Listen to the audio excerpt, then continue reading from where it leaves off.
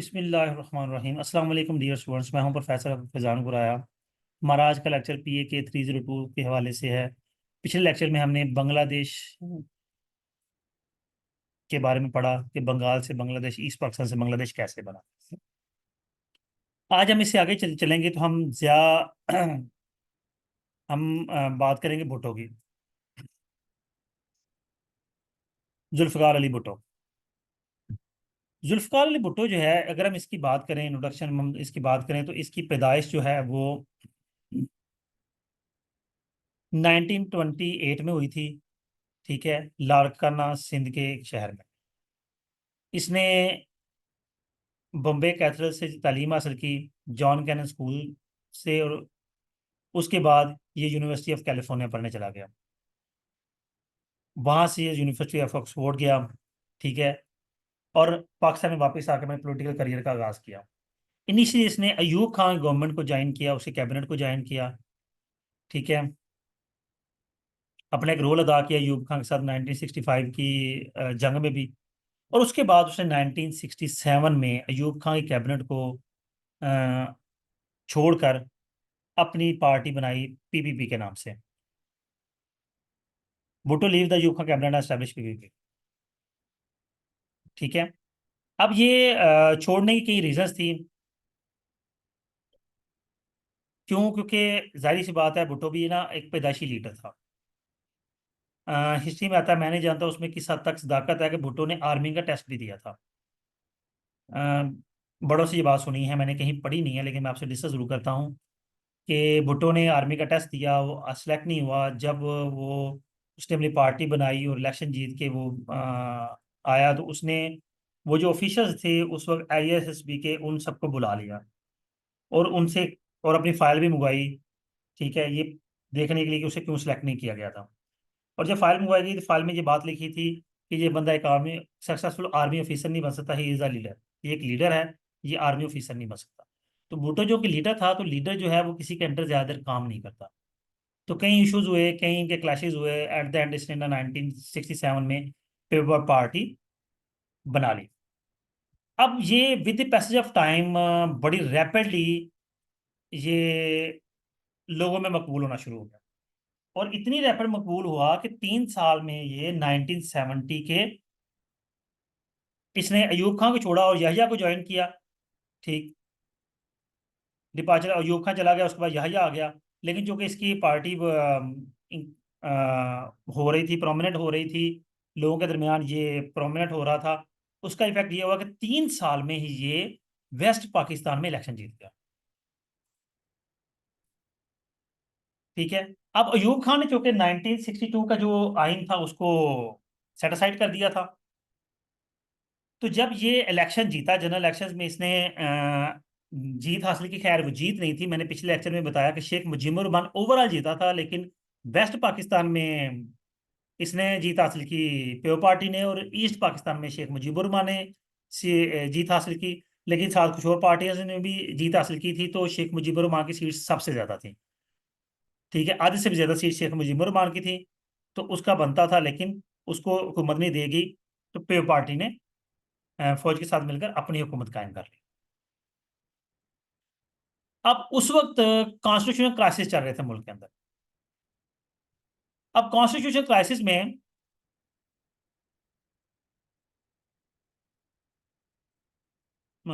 ये हमने बात कर ली, कॉन्स्टिट्यूशन क्राइसिस हो गया, इंडो पाक वार। हाँ, ठीक है।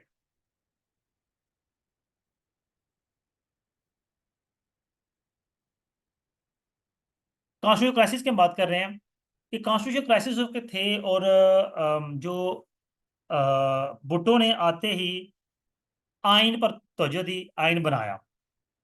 ठीक है, लेकिन उसी दौरान 1971 में इंडो पाक वार शुरू हुई, और ईस्ट पाकिस्तान हमसे अलग हो गया, और बांग्लादेश बन गया। इसका हम बात डिटेल में प्रीवियसली कर चुके हैं, अब इस पे फर्दर बात हम नहीं करेंगे। पिछले लेक्चर में इसकी डिटेल पिछले लेक्चर में आप लोग सुन चुके हैं। अब चूंकि याहिया खान भी जा चुका था, और जुल्फकार अली भुट्टो का दौर शुरू हो चुका था, तो भुट्टो ने कुछ रिफॉर्म्स पैदा किए। हाँ, ये CMLA, civilian chief marshal law administration. ये हुआ क्या था, उसने चूंकि याया का चला गया तो उसने जो भुट्टो था, भुट्टो ने इस ये पावर हासिल कर ली कि वो सिविलियन मार्शल लॉ एडमिनिस्ट्रेशन उसके हाथ में, क्योंकि मार्शल लॉ तो ऑलरेडी लगा हुआ था, तो वो सिविलियन मार्शल लॉ एडमिनिस्ट्रेटर हो गया और अब पाकिस्तान का प्रेसिडेंट बना। तो उसने एक नई पॉलिटिक्स का आगाज किया।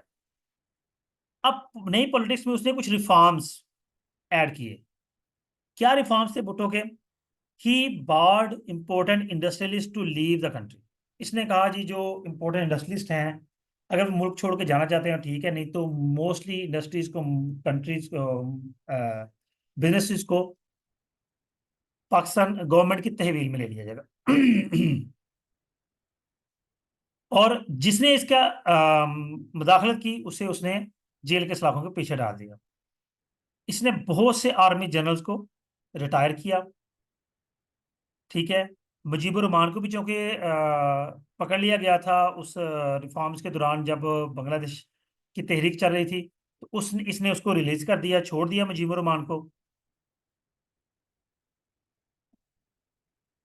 बहुत सी इकोनॉमिक रिफॉर्म्स किए कि इंडस्ट्रीज को नेशनलाइज किया, बैंक्स को नेशनलाइज किया, बहुत से बिजनेसेस को नेशनलाइज किया, ठीक है। एजुकेशन इंस्टीट्यूशंस को नेशनलाइज किया, स्कूल्स को, कॉलेजेस को। बहुत सी ज़मीनें जो हैं यानी कि इस्तेमाल में लाई। ही screen out a large number of civil servants. उसने बहुत से सिविल सर्वेंट्स को स्क्रीन आउट कर दिया, ठीक है। यानी कि जो जो काम के लोग नहीं थे उनको फार्ग भी किया, और जो जो जरूरत थी उनको रखा भी।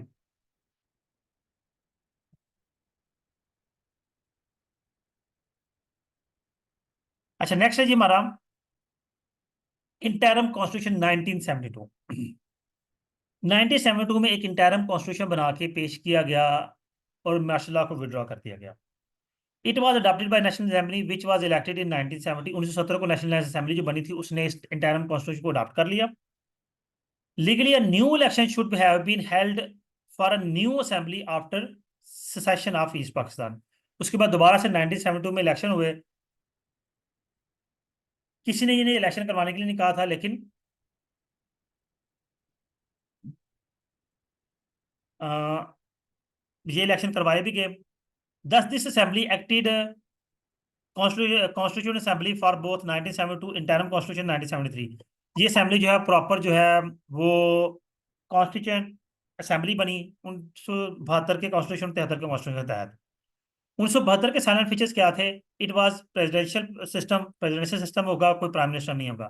प्रेसिडेंट जो है मुस्लिम होगा और 5 साल के इलेक्ट होगा।